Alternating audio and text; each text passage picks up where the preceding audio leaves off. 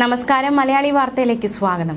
ഗവർണറുടെ ഇന്നത്തെ നയപ്രഖ്യാപന പ്രസംഗത്തിൽ പ്രതികരണവുമായി പ്രതിപക്ഷ നേതാക്കന്മാർ രംഗത്ത് വന്നിരിക്കുകയാണ്. നയപ്രഖ്യാപന പ്രസംഗത്തിന് ശേഷം വണങ്ങാനിരുന്ന പ്രതിപക്ഷത്തെ തിരിഞ്ഞുപോലും നോക്കാതെ വാണം വിട്ട പോലെയാണ് ഗവർണർ പോയതെന്ന് പ്രതിപക്ഷ ഉപനേതാവ് PK കുഞ്ഞാലിക്കുട്ടി പ്രതികരിച്ചു.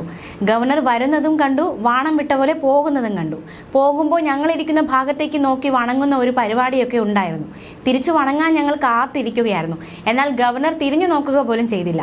ബജറ്റ് സമ്മേളനത്തിന്റെ തുടക്കം അപഹാസ്യമാക്കി അവസാനിപ്പിച്ചുവെന്നും PK കുഞ്ഞാലിക്കുട്ടി ആരോപിച്ചു.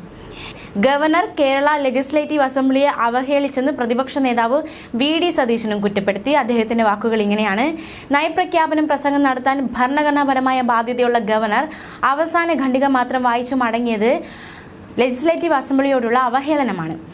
ലെജിസ്ലേറ്റീവ് അസംബ്ലി നടപടിക്രമങ്ങളോടും ഭരണഘടനാ നിർദ്ദേശങ്ങളോടും അവഗണനയും അവഹേളനവുമായി ഗവർണർ നടത്തിയത്.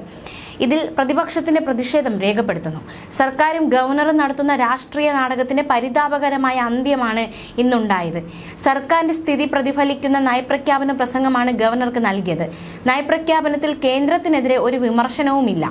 കേന്ദ്രത്തിനെതിരായി ഡൽഹിയിൽ സമരം ചെയ്യാൻ പോകുമെന്ന് പ്രഖ്യാപിച്ച മുഖ്യമന്ത്രി കേന്ദ്ര ഏജൻസികളെ ഭയന്ന് സമരം സമ്മേളനമാക്കി മാറ്റിയ ദയനീയ കാഴ്ചയാണ് കാണുന്നത്. ഒന്നിച്ചുള്ള സമരത്തിന് തയ്യാറല്ലെന്ന് പ്രതിപക്ഷം അറിയിച്ചപ്പോൾ ഒറ്റയ്ക്ക് സമരം ചെയ്യുമെന്ന് LDF പ്രഖ്യാപിച്ചു മണിക്കൂറുകൾക്കുള്ളിലാണ് സമരം പൊതുസമ്മേളനമാക്കി മാറ്റിയത്. കേന്ദ്ര ഏജൻസികളുടെ അന്വേഷണത്തെ ഭയന്നാണ് ഇങ്ങനെ ചെയ്തത്. ധനകാര്യ സംബന്ധിയായ ചില കാര്യങ്ങൾ പറയുന്നതല്ലാതെ കേന്ദ്രത്തിനെതിരെ കാര്യമായ ഒരു വിമർശനവും നയപ്രഖ്യാപനത്തിലില്ല. തെരുവിൽ പറയുന്നതൊക്കെ വെറുതെയാണെന്ന് വ്യക്തമായിരിക്കുകയാണ്. മുഖ്യമന്ത്രി ജീവിക്കുന്നത് തന്നെ കേന്ദ്ര സർക്കാരിനെയും കേന്ദ്ര ഏജൻസികളെയും ഭയന്നാണെന്നും പ്രതിപക്ഷ നേതാവ് വിമർശിച്ചു. കേരളീയത്തെക്കുറിച്ചും നവകേരള സദസ്സിനെ കുറിച്ചും പറയുന്നുണ്ടെങ്കിലും സ്പോൺസർഷിപ്പും ചെലവും സംബന്ധിച്ച ഒരു വിവരങ്ങളുമില്ല. വിവരാവകാശ നിയമപ്രകാരം ചോദിച്ചിട്ട് പോലും കണക്ക് നൽകിയിട്ടില്ല. കഴിഞ്ഞ ബജറ്റിൽ ലൈഫ് മിഷന് 717 കോടി രൂപ അനുവദിച്ചിട്ട് 18 കോടി മാത്രമാണ് ചെലവഴിച്ചത്. ലൈഫ് ഭവന പദ്ധതിയെ സർക്കാർ പൂർണ്ണമായും തകർത്തു. സപ്ലൈകോയിൽ 13 ആവശ്യ സാധനങ്ങൾ പോലുമില്ല. 4000 കോടിയുടെ ബാധ്യതയാണ് സപ്ലൈകോയ്ക്കുള്ളത്. വിലക്കയറ്റം പിടിച്ചു നിർത്തേണ്ട അഭിമാന സ്ഥാപനമായ സപ്ലൈകോ തകർന്നുപോയി.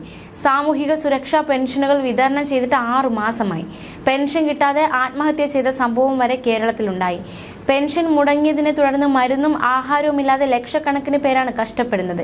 എന്നിട്ടാണ് ഗവർണറെ കൊണ്ട് നയപ്രഖ്യാപന പ്രസംഗം നടത്തിച്ചതെന്നും VD സതീശൻ ആരോപിച്ചു. ഒന്നും അവകാശപ്പെടാനില്ലാത്ത സർക്കാരിന്റെ പൊള്ളയായതും യാഥാർത്ഥ്യങ്ങളുമായി ബന്ധമില്ലാത്തതുമായ പ്രഖ്യാപനങ്ങളാണ് നയപ്രഖ്യാപന പ്രസംഗത്തിൽ ഉണ്ടായിരുന്നത്. സർക്കാരും ഗവർണറും തമ്മിലുള്ള നാടകം തുടങ്ങിയിട്ട് കുറെ കാലമായി. സർക്കാർ പ്രതിരോധത്തിലാകുമ്പോഴൊക്കെ ഗവർണർ രക്ഷിക്കാനിറങ്ങും. ഇവർ ഒന്നിച്ചു ചേർന്നാണ് കണ്ണൂർ സർവകലാശാലയിൽ ഉൾപ്പെടെ നിയമവിരുദ്ധ പ്രവർത്തനങ്ങൾ ചെയ്തത്. ഇവർ തമ്മിൽ ഇപ്പോൾ പിണങ്ങിയത് എന്തിന്റെ പേരിലാണെന്ന് അറിയില്ല.